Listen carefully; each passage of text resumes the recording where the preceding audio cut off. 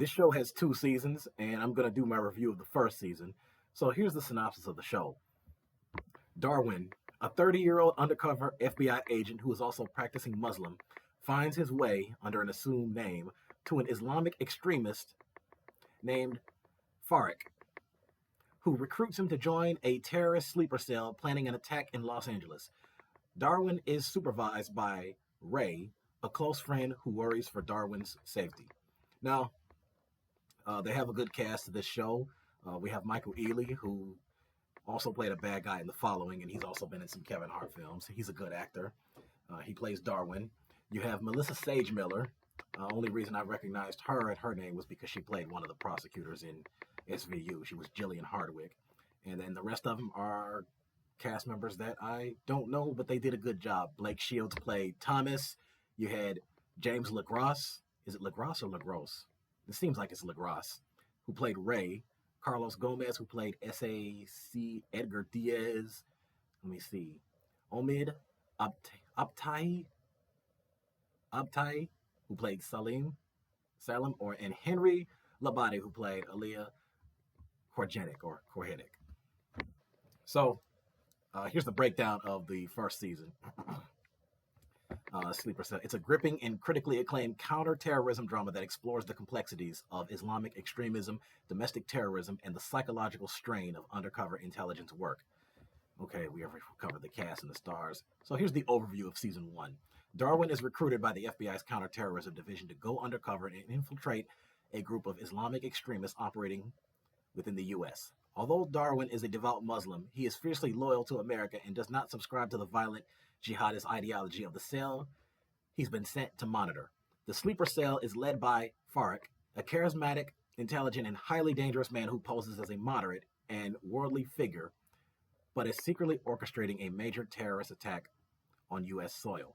Farik is cold, methodical, and deeply committed to his mission. As Darwin embeds himself within the cell, he is introduced to its members, each of whom has a different background and reason for joining the extremist cause.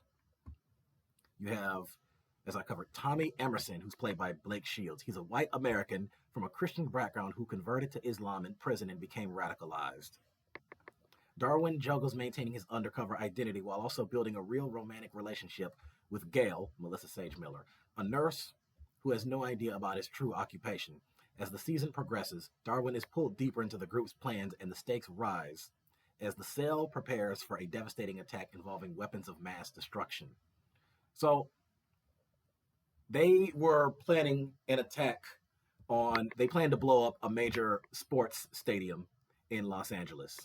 And I gotta say, I want to say by the time we get to like the fourth, fifth episode, that's when it kind of started to intensify. Going into this show, I was thinking, okay, if I had to rate it, I was giving this like a 6.5. But then once there was tension between him and Gail, and that whole situation was going on, and how she was starting to kind of have mixed feelings, and then you had more and more people that were dying. Some of them were innocent, by the way. It started to get more intense. At the same time, it was tragic, and some parts were depressing. I bumped it up to about a 7.5. And usually for me, if a show gets at least a 7, if any show, movie, or game or whatever gets at least a 7 for me, I consider it good. Right now, I'd put it at 7.5 so far for the first season. I think that it's well done. This show it falls under the genre of crime thriller, crime drama, suspense. They said it is an action show. There definitely are some action sequences to it. I mean, there are scenes of shootouts. It's not quite as much as I thought it would be, but the action is there nevertheless. Now, as far as major themes and messages, well, let's see. You have, there's 5. So number 1 is moral ambiguity and identity. Darwin is a devout Muslim working to protect the country from terrorists who claim to represent his faith. The show constantly explores his inner conflict between religion, loyalty, and morality. Number 2, religious extremism versus true faith. This show distinguishes between the peaceful practice of Islam and the ideology of radicalized individuals who manipulate religion to justify violence. Number 3, diversity of extremism. The cell is composed of men from vastly different racial, cultural, and national backgrounds, underlining that terrorism isn't tied to any single ethnicity or country. This challenges stereotypes and highlights how radicalization can stem from trauma disillusionment, or manipulation. Post 9/11 surveillance culture. The show dives into the ethical complexity of domestic surveillance and government overreach. Darwin often questions how much liberty is sacrificed in the name of security. And number five, undercover work and its costs. Darwin's mental and emotional strain is a constant undercurrent. His lies impact his relationship with Gail, his personal sense of integrity, and his emotional well being. And here are some messages and social commentary regarding the show. Terrorism is not about race or religion, but ideology. The war on terror requires nuance. Not all Muslims are terrorists, and not all terrorists are Muslim. Radicalization thrives where there's a lack of belonging, purpose, or justice. Government tactics, while sometimes morally questionable, are portrayed as necessary in high stakes national security contexts. Love, trust, and identity are fragile in the face of secrecy and duty. The show was praised for its boldness, complexity, and for giving a nuanced, non stereotypical portrayal of Muslims in America post 9/11. Michael Ealy's performance was widely acclaimed for capturing the emotional turmoil of an undercover agent straddling two worlds. And again, that's just the first season so far. So I'd say it is pretty good. Right now, I'd give it a 7.5. I don't know yet what occurs in the second season. I'm assuming it's a continuation of what was going on in the first. So um, this first season had 10 episodes, and the second season only has 8. So it is a short show.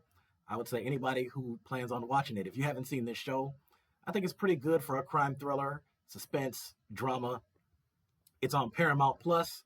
Catch it while you can. I don't know how much longer it's going to be on there.